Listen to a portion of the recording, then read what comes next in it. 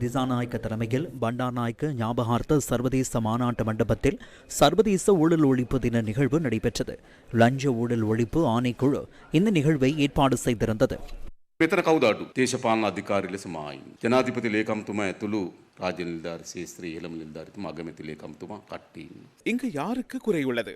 அரசியல் அதிகாரம் சார்பில் நான் இருக்கின்றேன். ஜனாதிபதி செயலாளர் உள்ளிட்ட அரசு சேவையின் உயர் அதிகாரிகள், பிரதமரின் செயலாளர் உள்ளிட்ட அனைவரும் இருக்கின்றனர். உயர் நீதிமன்றத்தை பிரதிநிதித்துவப்படுத்தாவிட்டாலும் நீதிபதிகள் இருக்கின்றனர். புலனாய்வு திணைக்களத்திற்கு பொறுப்பான போலீஸ் மா அதிபர் இருக்கின்றார். பாதுகாப்பு அமைச்சின் செயலாளர் இருக்கின்றார்.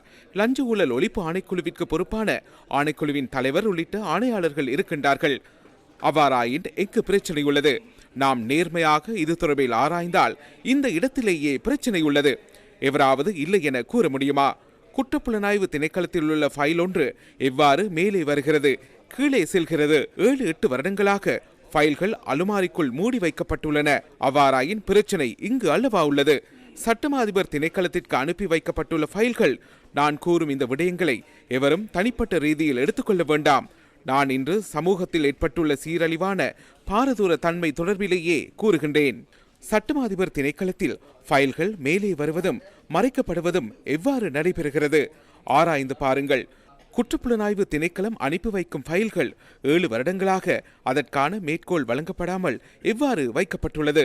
பிரச்சனை எங்கு உள்ளது? நீதிமன்றத்தில் விசாரிக்கப்படுகின்ற வழக்கு ஒன்று 7-8 மாதங்களாக எவ்வாறு தாமதிக்கப்படுகிறது?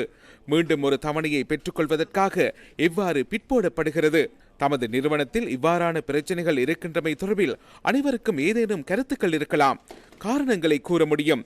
எமக்கு சட்ட அதிகாரிகள் இத்தனை பேரே இருக்கின்றனர். இவர்களால் இதனை செய்ய முடியாது, ஆகவே தாமதம் ஏற்படுகிறது என சட்டமா அதிபர் திணைக்களம் கூற முடியும். எமக்கு இத்தனை முறைப்பாடுகள் கிடைக்கின்றன, அவற்றை விசாரித்து வழக்கு தாக்கல் செய்வதில் தாமதம் ஏற்படும் என குற்றப்புலனாய்வு திணைக்களம் தெரிவிக்க முடியும். லஞ்ச ஊழல் விசாரணை ஆணைக்குழுவும் அதே கதையை கூற முடியும். சட்டமா அதிபர் திணைக்களமும் அந்த கதையை கூற முடியும். ஆனால் பிரச்சனை இந்த இடத்திலேயே உள்ளது. இந்த இடத்தில் பிரச்சனை இருக்குமாயின் பொதுமக்கள் எவ்வாறு அதன் பிரதிவாதிகளாக மாற முடியும்? இந்த இடத்தில் பிரச்சனை இருக்குமாயின் ஊழல் மோசடி ஆகியவற்றை நாம் எவ்வாறு கட்டுப்படுத்துவது? நாம் முதலில் எமது மனசாட்சியிடம் கேட்க வேண்டும் என நினைக்கின்றேன். நான் உங்களுக்கு ஒரு உறுதிமொழியை வழங்குகிறேன். அரசியல் அதிகாரம் என்ற வகையில் எனக்கு கிடைத்துள்ள அதிகாரங்களை முழுமையாகவும் நேர்மையாகவும் இந்த ஊழல் மோசடியை ஒழிப்பதற்காக பயன்படுத்துவேன். ஆனால் எனக்கு எனது வரையறைகள் தெரியும். என்னால் அரசியல் தனிமைத்துவத்தை வழங்க முடியும். தேவையான உட்கட்டமைப்பு வசதிகளை ஏற்படுத்தி கொடுக்க முடியும். தேவையான நிதியை ஒதுக்கி கொடுக்க முடியும். ஆனால் இதனை யார் செய்ய வேண்டும்? இங்குள்ள நீங்களே அதனை செய்ய வேண்டும் என நான் நினைக்கின்றேன்.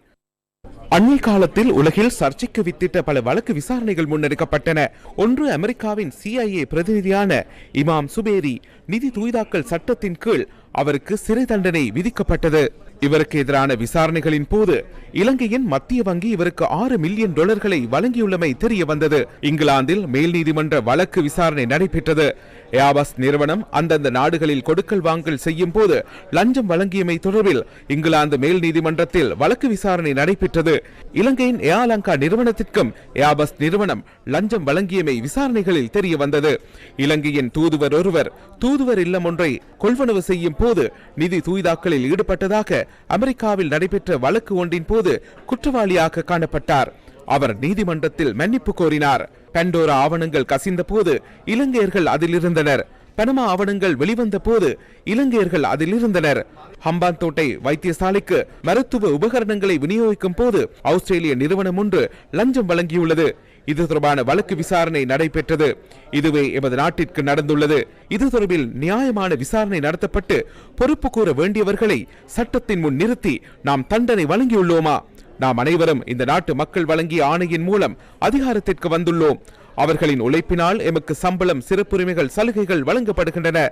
ஆனால் அவர்களுக்காக கைமாறாக நாம் நீதி நியாயத்தை பெற்றுக் கொடுத்துள்ளோமா? இல்லை. நாம் கைமாறாக என்ன செய்துள்ளோம்? ஊழலில் ஈடுபடுவதற்காக மீண்டும் மீண்டும் அந்த அதிகாரத்தை பயன்படுத்தியுள்ளோம். ஆகவே நாம் அனைவரும் திட சங்கல்பம் எடுக்காவிட்டால் எமக்கு கிடைத்துள்ள அதிகாரம் மக்களால் உருவாக்கி வழங்கப்பட்ட அதிகாரம். அந்த அதிகாரத்தை கொண்டு மக்களுக்கு நீதியையும் நியாயத்தையும் பெற்றுக் கொடுக்க வேண்டும் என நாம் உறுதியெடுக்காவிட்டால் எந்த நிறுவனங்களை அமைத்தாலும் எத்தகைய சட்டங்களை வகுத்தாலும் அதன் மூலம் பலன் கிடைக்காது.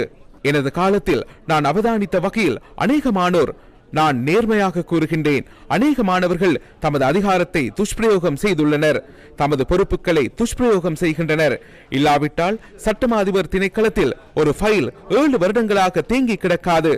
சில ஃபைல்கள் பெட்டிக்குள் மூடிய நாள் முதல் திறக்கப்படாமல் இருக்க முடியாது. ஒரு ஃபைல், அதில் இருக்கும் ஆவணங்கள் உக்கும் வரை விசாரணை நடத்தப்படாமல் இருக்க முடியாது. இது சட்டத்தின் பிரச்சனையா, நிறுவனத்தின் பிரச்சனையா? இல்லை, தமக்கு கிடைத்துள்ள அதிகாரத்தை தாமே துஷ்பிரயோகம் செய்கின்றனர். அதனை தடுப்பதற்கு முடியாமற் போகும் வரை நினைவிற் கொள்ளுங்கள், எம்மால் இந்த விடயத்தை வெற்றி கொள்ள முடியாது. 2021ஆம் ஆண்டு 69 வழக்குகள் முடிவுக்கு கொண்டு வரப்பட்டுள்ளன. அந்த 69இல் 40 வழக்குகள் மீளப் பெறப்பட்டுள்ளன.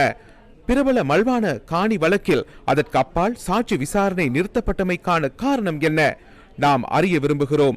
சில வழக்குகளை விசாரணை செய்த அதிகாரிகள் அதன் சாட்சியாளர்களாக இவ்வாறு பதிவு செய்யப்படுகின்றார்கள். அதற்கு ஷானி அபேசேகர சாட்சியாக அமைவார். 2022ஆம் ஆண்டு 82 வழக்குகள் தொடரப்பட்டுள்ளன. 42 வழக்குகள் மீளப் பெறப்பட்டுள்ளன.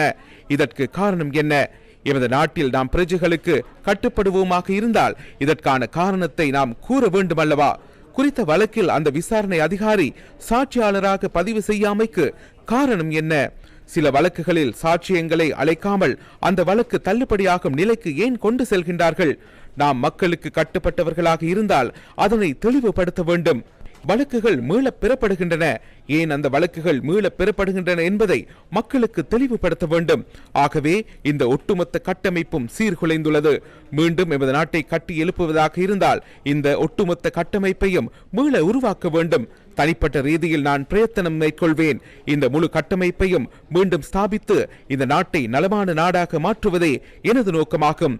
இந்த சந்தர்ப்பத்தில் நாம் இதனை செய்ய தவறினால் எமது நாட்டு மக்கள் கனவிலும் நல்ல கனவு காண மாட்டார்கள். உங்களிடம் உள்ள முறைப்பாடுகளின் எண்ணிக்கையை நான் அறிவேன்.